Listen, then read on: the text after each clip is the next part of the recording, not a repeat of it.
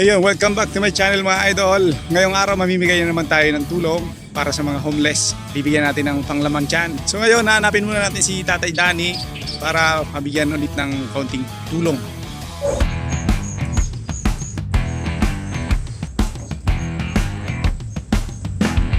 Kailangan natin mahanap si Tatay Danny. Baka basang-basa na siya ng ulan, bibigay natin itong tarabal. Di tayo sigurado kung nandun si Tatay kasi alam mo naman palipat-lipat sila ng lugar. Ayun, sana maabutan ko. Kasi kapag di natin nahanap ngayon, bukas magbumotor tayo. Ikutin ko yung Marikina. Mahanap lang siya para mabigyan ng tulong. Yung shortcut mga idol. Yan, highway na yan. Santolan. Ayun, thank you Lord. Sa wakas, nakita natin si Tatay Danny after 30 minutes. Habang kumakain tayo sa karinderya, bigla siyang dumaan. Tulak-tulak niya yung kariton. Ayun pala, naghihingi ng mga plastic bottle at mga karton. Ibebenta niya raw para meron siyang ng ulam. Ayun si Tatay Danny. Kape. Oh. Ay, na-chimpo natin. Tingnan natin kung saan siya papunta. Kanan ba o kaliwa? Nangihingi siya ng plastic bote. Ayun.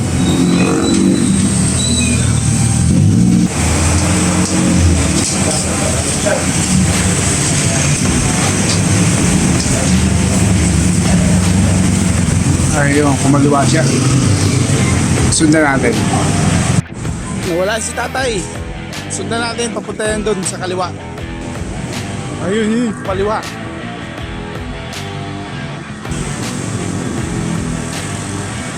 Bumalik siya sa pwesto niya. Ayan, garahin na siya ng karton niya. Tanungin ko kung nag-almusal na ba siya.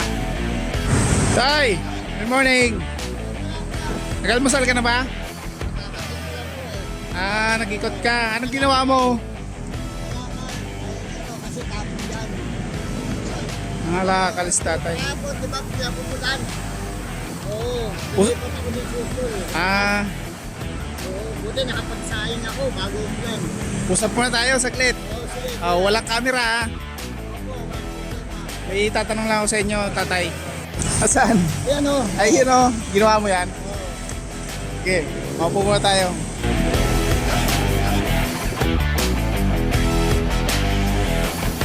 Ayun, balak na kasi magpaampon. Sabi ko, baka pwedeng makatulong ako sa kanya sa bagay na yan. Pwede ko siya itira sa Bicol. Maganda naman sa Bicol. Balak niya rin magtanim-tanim ng mga gulay. Marami siyang pwedeng paglibangan doon. Magiging maganda yung umpisa ng kanyang pamumuhay doon.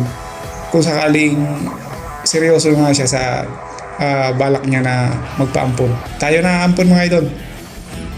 So ngayon ay nag-uusap na kami dito ni Tatay Danny ng seryosohan. Sabi ko, kailangan mo nang ipagawa yung kwarto para pagdating niya doon, mayroon siyang matutulugan. Dahil yung pinapagawa ko ng bahay, wala pang bubong, basta marami pang kulang. Siyempre, kailangan mayroon din siyang sariling CR.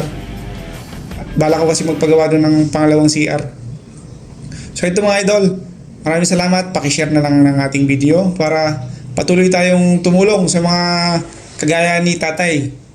Ayun po, maraming salamat. Pakishare na rin ang ating video mga idol.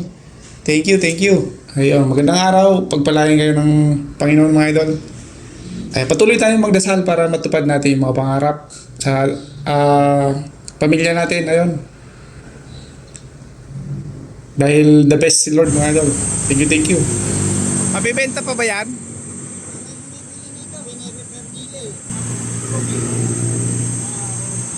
Pwede yan malaki. Lagayan ko ng tip.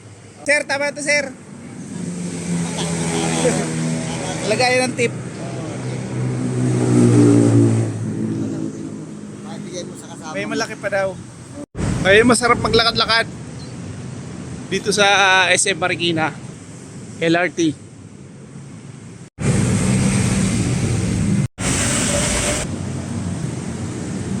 Subukan ko mag-jogging ng bahagya.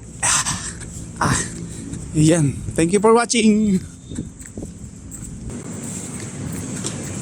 Yan, ang ganda rito. riverbank. Dami rin namamasyal dito. Nagpapaaraw, exercise. Ayan, dito na ako araw-araw kasi walang usok. Pwede natin itong balik-balikan araw-gabi pagkatapos at bago magtrabaho. Ayan, maganda magpa-araw dito. Buwelo-buwelo yung araw.